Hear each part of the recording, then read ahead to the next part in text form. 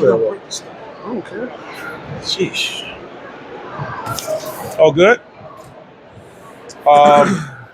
First, tip of the hat to Colgate. And I got this job last year. I spent quite a bit of time watching film of their teams over the past 4 or 5 years, just to try to get an idea of like, what do we have to get our standard up to, and to be able to beat Colgate program that has been dominant for the past 5 or 6 years en route to our first championship in some time is big time. It's big time. So, tip of the hat to Colgate, formidable foe. Really proud of our guys. Again, don't get too rattled. Didn't stay composed. They kicked that three in at the end of the half. Thought we had some pretty good momentum, and we just stayed the course. So, just proud of our guys. Defensively, you took them out their rhythm, especially in the second half. Just with your pressure, you talked about how you guys are in rotation, how you scramble, you just make things difficult. How has that progressed throughout the season to where it is now, where you just took the 4-time champion out of the tournament? I told our team in the locker room, watching film from, we played, say, Lafayette, to watch us play the very first time, and then the second time, and then the third time. Watching the first 2 times that we played, it's like night and day. Watching Colgate the first 2 times that we played them, from first game to second game, night and day. And that's the way it's supposed to be. Your team is supposed to progressively get better. But to see us on film sometimes, the way that we defended Colgate a week ago, I'm pretty sure it's going to seem that way today. That's the way it's supposed to be, man. Ball screen coverage is really good. Our rotations were good. Our post doubles and kick out rotations were really good. It's the way it's supposed to be this time of year. And I know it's 3 days in between games. As a coaching staff, did that allow you to tweak things? Because both teams know each other so well. Yeah. Does that give you a chance to kind of tweak some things as opposed to just playing the next day? Yeah. It's going to be some minor tweaks, some things to, evaluate. Hey, the things that we did the last time we played Navy, do we want to do those again? Are we better at those things? But it's not going to be any wholesale changes for the most part. And what does your next few days look like preparing for them? Watching a lot of film. And then, watch a lot of film. Getting the practice plans for the next couple of days in place. We want to work hard, but we got to be smart at the same time, and that's pretty much what it is.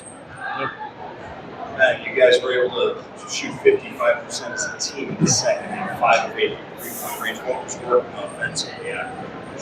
Just getting paint touches and then kicking out, getting in and out threes, getting rhythm threes for all our shooters, including myself. Just trying to get easy buckets, not making anything complicated. Went early, a bunch of turnovers here and there. Yeah. It's basically jumping you guys. What do you write that offense just Yeah. That's what I think. That's what the turnovers hurt us early. I think that disrupted our rhythm. And we're a pretty good turnover team. We don't turn it over a lot, and I wasn't really surprised. I know it's gonna be some jitters and everything. This knucklehead right here did a couple things he shouldn't have done to cause the turnovers.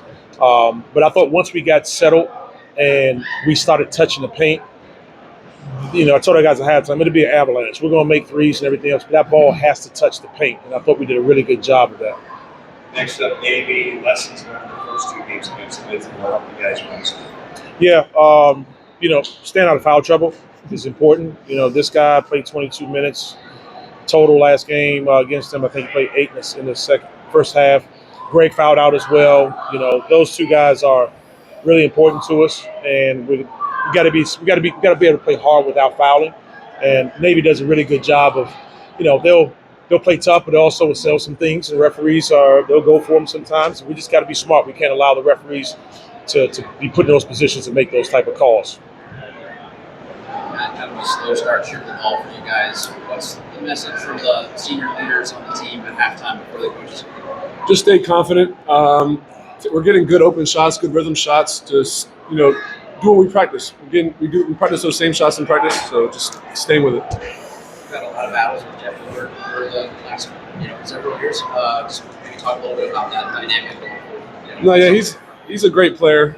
He's made me better. I've hopefully made him better. So I respect him, respect his game. He's slow, a little bit bigger of a big, so a slower game, and you gotta defend him differently than you did some, last game like Justin Vanderbond or something like that. So I respect him, and I wish him the best going forward. Coach, I had to do some research for this. The last time the Patriot League team beat Colgate 3 times in the season was the 2017-18 Bucknell Bison. How does that make you guys feel about the mountain that you guys just climbed? Does that change your outlook at all?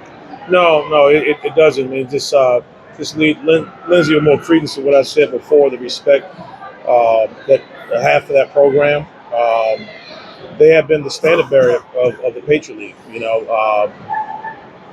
That's what I want our program to look like. And year 3, year 4 is, every time we step on the court, our guys, we're not going to beat ourselves. And there's a sense of, we had this when I was at DeMatha. Every time we stepped on the court, we felt that we're going to win the game. And regardless of if we looked at the clock and it's 2 minutes to go, we're down 10 points, there's always a sense that we expect to win. And that's when you got a championship level program. And what we're doing right now is great that we're doing it this year, but we're going to want to do this year in, year out, to be quite honest with you. And I think this is a really, really good start now. And then question for Matt, obviously, if you ask a lot of people on this campus, they would say that you were set up for Patriot League Player of the Year. Obviously, Noah Williamson and the Bucknell Bison lost in the semis round. Does knowing that you went further than Noah Williamson and his team in the playoffs, is that any consolation for you now? I wouldn't say consolation. It just adds more fuel to the fire for our guys, for me, for Coach, just to go out and prove a little bit more that we want to win this tournament, and that's the goal for everybody at the end of the day, and that's what we want to do. And then last question that you had, last game, I had covered really tight, but this game you were able to kind of break free of that tight coverage and get more offense going. What was that like? Just have that bounce back game? Just letting the game come to me, not forcing anything, not changing anything that I do, and creating other shots for open guys. I'm not trying to be, the guy that shoots, 30 times a game. I'm trying to, get smart shots, get shots for everybody, even myself. And if that's a smart shot, I'm gonna take it. Matt, good to see you. Congratulations. Talked to you for the last few years just about wanting to be in moments like this, wanting to win games like this, to win today, and beyond to that title game. I mean, just how special is that when they celebrated? How eager you guys, to now taking that next step and get to win games? It just makes me so happy to see the development of this program, what Simp has done for this program, the crowd, the fans, everybody that comes in now. You see how packed it was today. It just makes me so happy to be in this moment, to be at that next level, and now I'm going to take advantage of that for sure. And, Coach, for you, kind of similar vein, just having this moment today, so you kind of going on the fans and giving them the shout out, but also at the same time saying one more. So how do you balance that? This is a huge moment for your program, but the job's not done. Yeah. The good thing is, in the perfect world, we're in a neutral site tournament. It's like the next day we got to go play. But we talk to our guys about it. Hey, we're going to enjoy this today, but like tomorrow we got to get right back to work. And the great thing about it, I told these guys this, it's a really good feeling. I walk in that locker room and they're excited, but they're not jumping up and down as if like we've just won a championship. Like they know that there's still more work to be done, which is really cool. And I saw you had a moment with some real DeMatha guys. Yeah. David Aldridge was here, going crazy, the whole crowd. I mean, how do you feel about just the buzz that's here? It's everything that I wanted when I got the job, and just knowing that I'm a DMV guy. I know people. I know our fans in this area.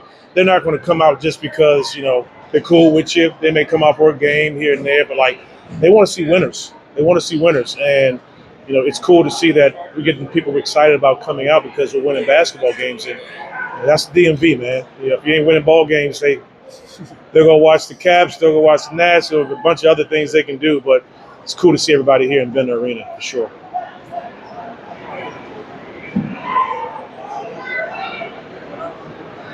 Leave the mic up front.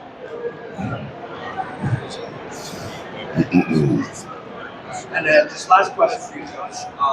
Looking at Matt Mayock, since the start of the tournament, he's been really aggressive, both driving into the lane, getting into the paint, but also on the defensive end. Can you kind of just talk about his growth and what kind of switched from the regular season to now? I couldn't tell you. I think some opportunities. His teammates. When Elijah is going really good, he's got a good flow. There's certain guys who are going to benefit from him, and Matt Mayock is a guy who's always in the right place offensively and defensively. I don't want to put too much pressure on Eli, but when Eli is facilitating his touch the paint, the ball ends up finding guys like Matt Mayock. And his three was huge in the second half. I want him to shoot more. I told our staff the other night, if Matt Mayock gets 10 points, we're in a really good spot. He got 7 tonight, 2 for 4, but he's a good player, man. He's just one of those guys you don't want to put too much pressure on him and try to run stuff for him because that's just not the way he operates. But within the flow of the game, he'll get some good shots. Yeah. Oh, good. Appreciate y'all. Appreciate you guys. See you Wednesday.